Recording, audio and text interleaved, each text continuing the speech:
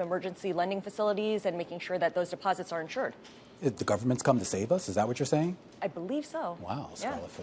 It's like deja vu all over again. But it's not a bailout. It's not a bailout. All right, well, let's ask our next guest, and really our first guest, because he certainly knows a lot about this, way more than we do. He's a former FDIC chair. His name's William Isaac. And he actually said a little bit earlier.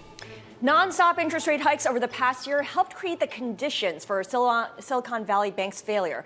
And now that the Fed has broken something, at least that's what the market is concluding, investors are betting the central bank will now change course. So take a look at the market pricing of the Fed's rate path. That is the white line. After Jay Powell's hawkish comments last Wednesday, traders were expecting a peak of almost 5.9% from the current 4.75%. That is the federal funds target rate. But with 3 banks now gone, traders have repriced that rapidly, and you can see that it's just at 5%. So that's equivalent to maybe one more quarter-point hike. Romaine? Yeah, it's not just the traders. Of course, it's the strategists and analysts as well. Management and funding, the perfect person to speak with. He joins us from PIMCO. Now, still ahead, believe it or not, it is...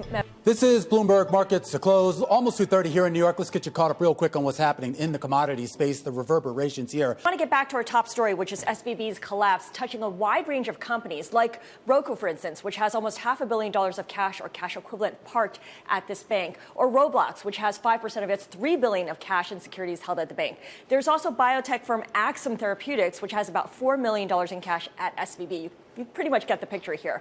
The Fed has promised to cover all deposits remain, including those beyond $250,000. But for many companies, SVB was more than just a place to park cash and make payroll. The question really now is, what are the long-term consequences for companies backed by the venture world?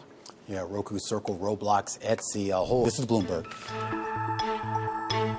There's about 30 minutes left to go here in the trading day, Scarlet. And if you look at the indexes and how they're performing on the day, it doesn't really capture the turmoil and the drama that's taking place in equities. Sure, you've got bond proxies like real estate investment trusts and utilities up by better than 1.5%. But financials remain the weak link here, down 3.2%. All 23 members of a KBW bank index are lower. Lots of concerns right now about deposit flight and those regional banks and their exposure to the far end of the yield curve and what that means going forward for bank contagion concerns. Romaine? I think one of the more interesting things about this sell, those stocks now moving back to the lows of the day, the Dow and the S&P flipping into the red, the NASDAQ still clinging on to some of its gains. I can't stop staring at the financials index, the KBW bank index, the regional bank index, and those Scarlet Fu. Let's take a look at how markets performed on this Monday. Equities finished mixed, not really showcasing the level of turmoil that took place across financial markets, but perhaps the big move in bonds does do that. A lot of buying of treasuries, and that pushed yields lower. In fact, for the 2-year yield,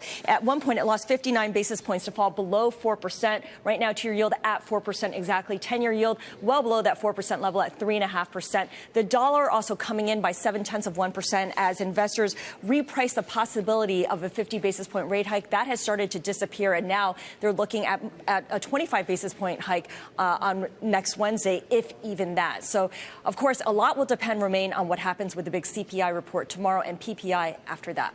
Yeah, absolutely. We go back as we wrap up our coverage here on this Monday afternoon for Bloomberg Markets to Close, a look ahead to what folks will have their eye on Tuesday. And guess what, Scarlett? I think it's going to be more about the banks. Yeah, the stocks are in free fall right now, especially if you look at the regional banking ETF, KRE. It's right now here. And, of course, there are some jobs data coming, this time over in the UK. This time over in the UK, we know that the picture has kind of improved for the UK in that confidence has returned a little bit. So that'll certainly be top of mind. But I feel like all of this is just a setup for the big show. The big show, 8:30 a.m. Washington time, U.S. CPI, Consumer Price Index. Scarlett, what do we got? 6% is the estimate here for what? Some earnings tomorrow. We're going to get some earnings out of Volkswagen over in Europe, something to keep an eye on.